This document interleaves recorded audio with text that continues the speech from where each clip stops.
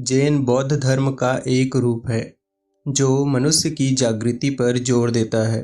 इसे जीवन का सही अर्थ खोजने की कोशिश की एक विधि के रूप में प्रयोग किया जाता है।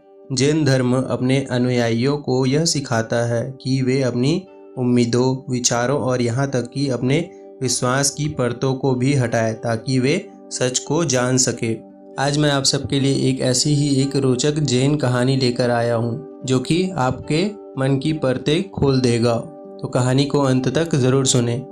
जिसके भी अंदर सर्वश्रेष्ठ होने का अहंकार आ जाता है तब से उस इंसान का पतन प्रारंभ हो जाता है।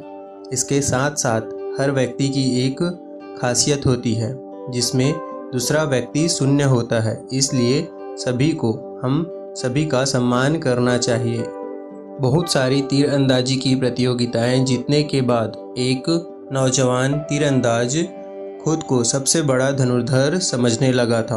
वह जहां भी जाता था वहां के लोगों को खुद से मुकाबला करने की चुनौती दे देता था और वह उन्हें हराकर उन सब का मजाक उड़ाया करता था।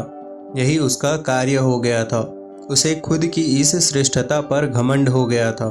तभी ऐसा करते करते वह दुनिया भर घूम डाला और सभी राज्यों में जाकर वहाँ के तीरंदाजों को चुनौती दे डालता और उनको हरा देता। ऐसा करते करते वह काफ़ी सारे राज्यों को जीत चुका था। तभी एक बार उसने सोचा कि वह एक प्रसिद्ध जैन मास्टर को चुनौती देगा और उसे उस चुनौती में वह हरा देगा और उसको वह नीचा दिखा देगा। फिर सुबह सुबह वह पहाड़ों के बीच स्थित उसके मठ में जा पहुंचा और वहां जाकर वह चिल्लाने लगा कि मास्टर, मैं आपको तीरंदाजी के मुकाबले के लिए चुनौती देना चाहता हूं। तब एक बार में वह मास्टर वहां आया नहीं। तब उस नवयुवक ने वहां जोर जोर से चिल्लाना शुरू कर दिया कि मास्टर, मैं आपको तीरंदाजी के मुकाबले में चुनौती देता हूं।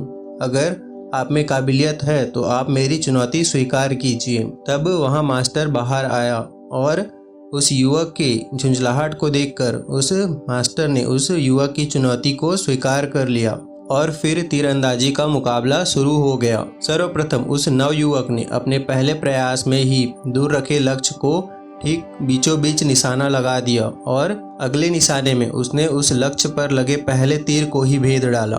तब अपनी योग्यता पर घमंड करते हुए वह नवयुवक बोला कि कहिए मास्टर, आप क्या इससे बेहतर कर सकते हैं? आप इससे बेहतर कुछ दिखा सकते हैं? यदि हाँ तो करके दिखाइए और यदि नहीं तो मुझसे हार मान लीजिए। तब वह जैन मास्टर उस युवक से बोला कि पुत्र, पहले तुम मेरे पीछे आओ, मैं तुम्हें कुछ दिखाता हूँ। तब जैन मास्टर चलते चलते एक खतरनाक खाई के पास पहुँच गया। नवयुवक यह सब देखकर कुछ हड़बड़ाया और घबराकर बोला कि मास्टर जी, आप मुझे यह कहाँ लेकर जा रहे हैं? तब मास्टर बोला कि घबराओ मत पुत्र, हम लगभग पहुँच ही गए हैं।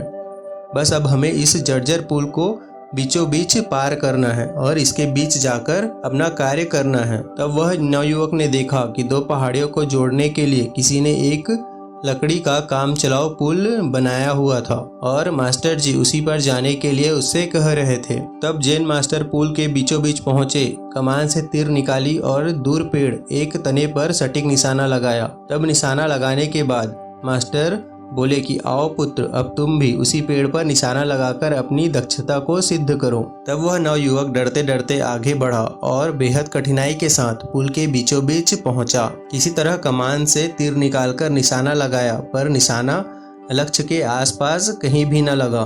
तब वह नवयुवक निराश हो गया और अपनी हार स्वीकार कर ली।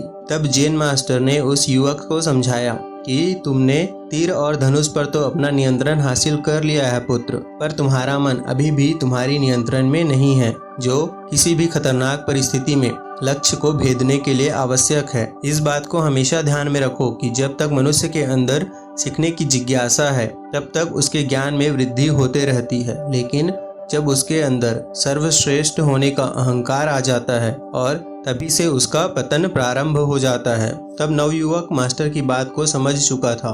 तब उसे एहसास भी हो गया था कि उसकी धनुर्विद्या का ज्ञान बस अनुकूल परिस्थितियों में कारगर है और उसे अभी बहुत कुछ सीखना बाकी है।